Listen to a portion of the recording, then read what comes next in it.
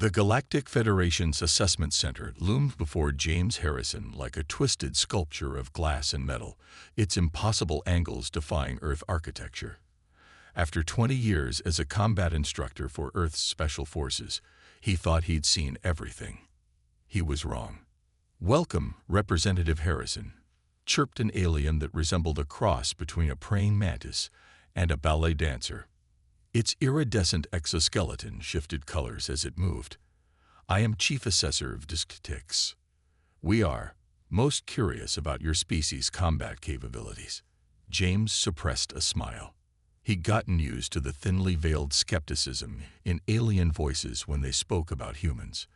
3 months into Earth's provisional membership in the Galactic Federation, and they still treated humans like something that had crawled out of a primitive swamp.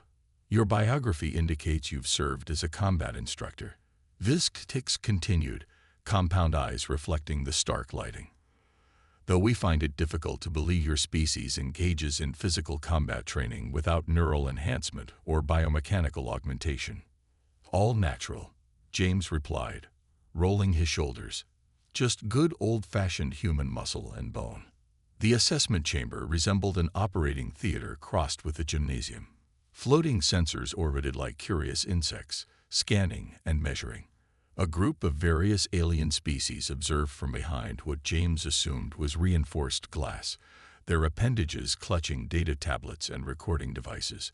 "We'll begin with basic strength assessment," Disc-Tix announced, mandibles clicking. "Please approach the gravitational resistance platform." The platform in question looked like a circular stage made of flowing liquid metal. Holographic readings danced above its surface in a dozen alien languages. "Just step onto the platform and resist the increased gravitational pull," Disc-Tix instructed. "Most species manage level 2 or 3 before requiring assistance." James stepped onto the platform. Nothing happened. "You may begin whenever." Disc-Tix's words cut off as the readings exploded into a cascade of flashing symbols. "That's impossible. You're already at level 5 and showing no signs of strain." "Should I actually start trying?" James asked. The observation room erupted in chittering and whistles. Several aliens began arguing in their native tongues, gesturing at their readings. James stood casually on the platform as the gravity increased, his military boots leaving slight impressions in the supposedly indestructible surface. Level 8, 9, 10. Disc-Tix's color had shifted to what James assumed was their species' equivalent of pale. "Please stop before you damage the..." A sharp crack echoed through the chamber as the platform's surface developed a spiderweb of fractures. James quickly stepped off, leaving boot-shaped indentations in the alien metal. "Sorry about that," he offered. "Your gravity on this station is only about 0.7 Earth standard. I'm actually having to consciously prevent myself from jumping too high when I walk." The observation room had gone completely silent. A small alien that looked like a floating crystal wind chime had actually developed stress fractures from witnessing the display. "Perhaps," Disc-Tix managed, their voice modulator crackling with what might have been fear or excitement, "we should proceed to the combat assessment chamber. Though I must insist you sign additional waivers first."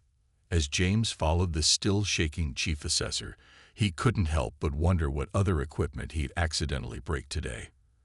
Earth had joined the galactic community expecting to be the newcomers, the students of advanced alien civilizations. Instead, they were rewriting the definition of what was physically possible. The day was just beginning, and James Harrison was about to show the galaxy why humans had not only survived, but thrived on what they called a death world. The real question wasn't whether he passed their tests. It was whether their testing equipment would survive the experience. The combat simulation chamber made Earth's most advanced virtual reality systems look like children's toys. A vast spherical room stretched before James, its walls shifting like liquid mercury. Hundreds of quantum processors hummed beneath the floor, powerful enough to model entire planetary battles. "This facility," Disc-Tix announced with renewed confidence, "represents the pinnacle of Federation combat training technology. The environmental generators can replicate any battlefield in known space. The holographic combatants are indistinguishable from real opponents. Fascinating, James murmured, noting the subtle shimmer of force field generators. And it's rated for all Federation species. A new alien stepped forward, this one resembling a graceful compilation of floating geometric shapes. Indeed. I am Combat Systems Director X-427. Our simulations have successfully trained warriors from over 3,000 species. The shapes pulsed with soft light as it spoke. Though I must admit, we've had to significantly modify the parameters for your assessment. Modified how? James asked, though he suspected he knew the answer. Your species' reaction times exceeded our standard combat algorithms. X-427 explained. We've had to upgrade the system to military-grade predictive matrices just to keep up with basic human combat speeds. The observation room had filled with even more spectators than before. James spotted several high-ranking Federation officials among them, their ceremonial garments marking them as members of the Defense Council. Word of his performance in the strength assessment had spread quickly. We'll begin with a basic scenario, Visktix said. Standard peacekeeping protocols against common threats. Nothing to. If I may, James interrupted politely. Why don't we skip the warm-up? I'd hate to waste the Council's time. The two aliens exchanged what might have been concerned glances. It was hard to tell with a mantis and a collection of floating shapes. Very well, X-427 conceded. Combat Simulation Alpha 7. Multiple hostile forces, urban environment, civilian presence requiring protective protocols. The chamber shimmered, and suddenly James stood in the midst of an alien city. Towering structures of crystal and light stretched toward a purple sky. Holographic civilians of various species hurried past, their movements perfectly natural. Begin scenario, Visktix commanded. The attack came from multiple directions at once. Holographic warriors materialized from stealth fields, their weapons charged. James was moving before the first shot was fired. What followed left the observation room in stunned silence. James didn't just fight the holographic opponents.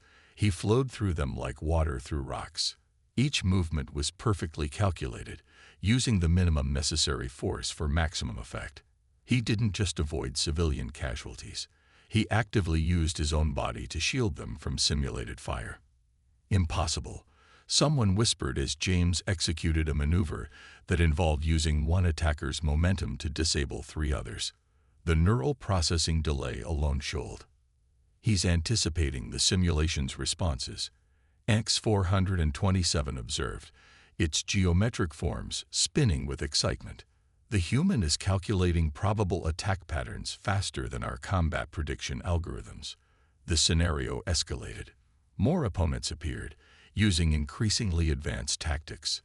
James adapted instantly, turning their own strategies against them. When they tried to surround him, he created chaos in their ranks. When they attempted to use civilians as shields, he found angles of attack they hadn't known existed. Warning lights began flashing in the control room. The processors can't keep up, a technician reported. He's identifying and exploiting tactical opportunities faster than the system can generate appropriate responses. James had just disarmed a holographic opponent using a technique that shouldn't have been physically possible when the simulation froze. The holographic city flickered and vanished, leaving him standing in the empty chamber. Assessment complete, Visktix announced, though their voice modulator trembled slightly. Or rather, assessment terminated due to system limitations. Did I break something again? James asked, not even breathing hard. You broke everything. X-427 replied, but its tone carried something like awe. Our combat algorithms are based on rational response patterns. Your fighting style, it's simultaneously precise and chaotic, planned and instinctive. The system couldn't generate realistic responses because your actions defied tactical probability matrices. The Defense Council members were huddled together, chittering excitedly in their native languages. James caught fragments of translation. Unprecedented combat potential. and complete tactical reassessment needed. The Federation Council chamber hummed with tension. 3 days after James's combat assessment, and the political fallout was still sending shockwaves through galactic society. He stood before the assembled representatives of 200 species, acutely aware that every subtle movement he made was being analyzed by thousands of compound eyes, sensor arrays, and neural networks. The Kryvax Dominion, boomed Council Speaker Zura, her crystalline form refracting light in patterns that conveyed both authority and concern, has formally challenged the combat capability classification of humanity. James kept his face neutral, though internally he sighed. The Kryvax, a species of massive arthropodal warriors who'd held the Federation's highest combat rating for 10,000 years, had been increasingly vocal about human membership. Ambassador Kvak of the Dominion rose from his seat, his armored exoskeleton clicking as he moved. Standing nearly 3 meters tall, he cut an imposing figure even among the diverse council members. The assessment results are clearly flawed. Kvak's translator rendered his clicking speech into Federation standard. No evolutionary path could produce combat capabilities exceeding Kryvax optimization. We demand proof. Not in simulations, but in real combat scenarios. Careful, Ambassador. James spoke for the first time, his quiet voice somehow filling the chamber. You might get exactly what you're asking for. The chamber erupted in a cascade of translator chatter. Several species capable of color-based communication began pulsing in agitated patterns. The Kryvax ambassador's mandibles clattered in what James had learned was their equivalent of a sneer. The Dominion proposes, Kvak continued, a formal combat tournament. Our champion against the human. The results will determine humanity's true classification in Federation combat rankings. And if we refuse, James asked, though he already knew the answer, then your species' combat rating will be formally disputed, requiring reclassification to minimal threat status. Your provisional membership would be reviewed. Politics. It always came down to politics. The Kryvax weren't just challenging human combat capabilities. They were making a play for influence within the Federation. If they could prove humans weren't as formidable as the assessment suggested, it would undermine Earth's rapidly growing diplomatic weight. The Council requires time to deliberate. Speaker Zira began, but James raised his hand. No need, he said. I accept the challenge. New chaos erupted. A group of floating energy beings actually merged into a single entity from shock. The Kryvax ambassador's exoskeleton shifted to its combat configuration reflexively. However, James continued, I have conditions of my own. The challenger does not set terms. Kvak clicked dismissively. The challenger also doesn't usually risk diplomatic standing on a combat trial. James countered. If we're doing this, we're doing it properly. Full Federation broadcast. All species witness humanity's capabilities firsthand. The chamber grew quiet. James could practically see the political calculations running through every representative's mind. A public tournament would raise the stakes enormously. Whatever happened would become part of Federation history. Agreed. Kvak finally responded. In 7 solar cycles, before the assembled Federation, our champion will show the galaxy the true meaning of combat supremacy. As the council session adjourned in a flurry of diplomatic activity, Visk-Tix approached James, their color shifting with concern. The Kryvax champion, they chittered quietly, is a genetically optimized warrior with 2 centuries of combat experience. Their exoskeleton can withstand direct energy weapon impacts. Are you certain about this? James watched the Kryvax delegation depart, noting the predatory grace in their movements. They're used to being the apex predators, he replied. Time they learned that Earth produced its own kinds of monsters. The political implications are exactly why this needs to happen, James interrupted gently. The galaxy needs to understand what humanity really is, not through tests and simulations, but through action. We're not just strong or fast or clever. We're all of that and something more. And what would that be? Hicks asked. James smiled, and for a moment, the chief assessor understood why humans were classified as predators, despite their seemingly soft exterior. We're the species that evolved by overcoming impossible challenges. The Kryvax think they're setting a trap for us. They don't realize they're actually giving us exactly what we need. A chance to show the galaxy why Earth is called a death world. As he left the council chamber, James could feel the ripples of anticipation spreading through the Federation's political networks. In 7 days, he would face a genetically engineered warrior species champion in combat. The outcome would affect humanity's place in galactic society for generations to come. But where others saw pressure, James felt only the familiar calm of approaching battle. Humans hadn't just survived on Earth, they had thrived in conditions that would kill most sentient species. The Kryvax were about to learn why. The galaxy wanted a show of human combat capabilities. He would give them something they'd never forget. The Federation combat arena was a marvel of engineering, a massive zero-gravity sphere lined with force fields and quantum-locked observation platforms. Spectators from across the galaxy packed every available space, their combined technologies creating a shimmer of scanning beams and recording arrays. James stood in the preparation chamber, surrounded by Federation medical officers still trying to make sense of his biology. "Your adrenaline levels," one floating medical entity chimed. "They're remarkably stable. Most species show significant stress responses before combat." "That's because I'm not stressed," James replied, checking the minimal protection gear they'd allowed. "This is what humans are built for." The chamber door dissolved, revealing the arena's entry portal. A hush fell over the gathered species as James walked out onto the transparent platform. Above, below, and all around, the faces and sensory organs of countless alien species focused on the human who dared to challenge the established order. The Kryvax champion emerged from the opposite portal. Even among their species, Vexcar was impressive. 3 meters of crystalline exoskeleton covered in biomechanical enhancement nodes, limbs ending in monomolecular edges that could slice through battleship armor. "The terms are set." Speaker Zyra's voice resonated through the arena. "Combat continues until submission or incapacitation. May the most evolved prevail." The platform dissolved. James and Vexcar hung in zero gravity, surrounded by shifting force fields that would contain their battle while allowing spectators perfect observation. Vexcar moved first, multiple limbs launching a coordinated attack that would have torn most opponents apart. The assembled aliens gasped collectively. James wasn't there.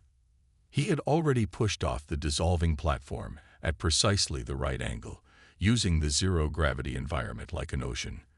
Where Vexcar's movements were powerful and direct, James flowed like water, each motion calculating trajectories and force vectors that shouldn't have been possible to process in real time. "Stand and fight, primitive." Vexcar's translator boomed. James smiled. "I am." What followed wasn't just combat. It was a demonstration of why humans were different. Every attack Vexcar launched was turned against them. James used the champion's own strength as leverage, transformed straightforward attacks into spiraling chaos. "Impossible," someone in the audience whispered as James executed a maneuver that used Vexcar's multiple limbs against each other. The neural processing speed required. "He's not just fighting," Hicks observed from the official's platform. "He's solving complex physics equations instinctively. Every movement is a calculated reaction using the environment itself as a weapon." The battle escalated. Vexcar activated their biological enhancement nodes, exoskeleton glowing with power. James responded by doing something that made several physics-based species in the audience temporarily cease existing from shock. He started using the force field containment walls as rebounds, creating attack angles that shouldn't have existed. Vexcar, driven by frustration and incomprehension, committed to a full biomechanical surge. Their exoskeleton blazed with energy, unleashing an attack pattern that had earned them their champion status. James saw it coming, not just the attack. He saw the desperation behind it, the fundamental mistake the Kryvax and so many others made about humans. They thought humans were powerful because of their physical capabilities. The truth was far more fascinating. As Vex-Kar's attack reached its crescendo, James did something unprecedented. He stopped, hung perfectly still in zero gravity, and spoke. "You want to know what makes humans different?" His voice carried clearly through the arena. "It's not our strength, or speed, or endurance. It's this." What happened next would be analyzed by Federation scientists for decades. James turned Vex-Kar's perfect attack sequence into a demonstration of physics, psychology, and evolution all at once. Every move was a lesson, every counter an explanation written in combat. Humans didn't evolve to be the strongest, James explained as he systematically dismantled the champion's defenses. We evolved to adapt, to learn, to turn any situation to our advantage. The audience watched in stunned silence as James proved his words through action. He wasn't just winning. He was teaching, showing why humans approached combat differently. Each move demonstrated how Earth's harsh conditions had forged not just powerful bodies, but minds that could turn any challenge into an opportunity.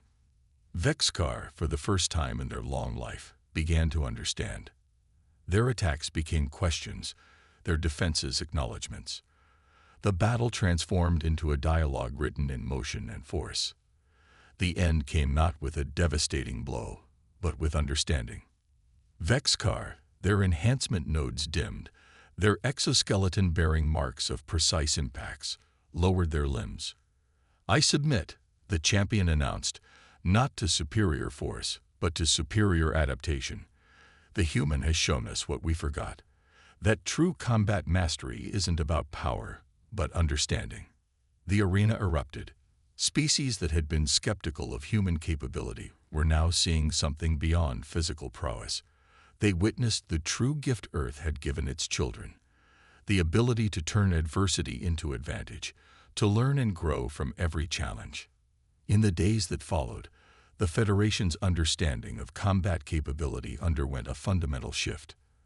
The Kryvax, to everyone's surprise, became one of humanity's strongest advocates.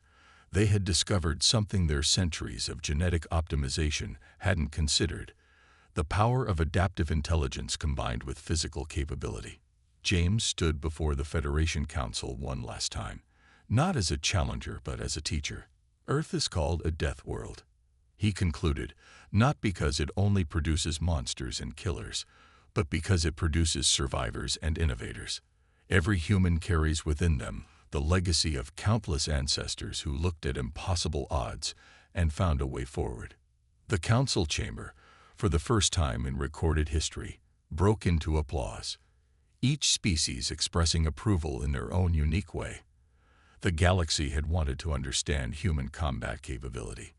They had learned instead about human potential. As James prepared to return to Earth, Visk-Tix approached him one final time. "You could have defeated Vex-Kar immediately," the chief assessor observed. "Why the demonstration?" James smiled. "Because the goal was never just to win. It was to help the galaxy understand. Humans don't want to be feared. We want to be understood. Sometimes, the best way to win a fight is to turn it into a lesson." And what lesson should the Federation take from all this? "That evolution on a death world doesn't just create weapons," James replied. "It creates teachers. Every human carries within them not just the strength to survive, but the wisdom to help others do the same." The galaxy had expected a warrior. They had found instead a species that turned combat into communication, challenges into opportunities, and enemies into students. Humanity's place in the Federation was secured not through force, but through understanding.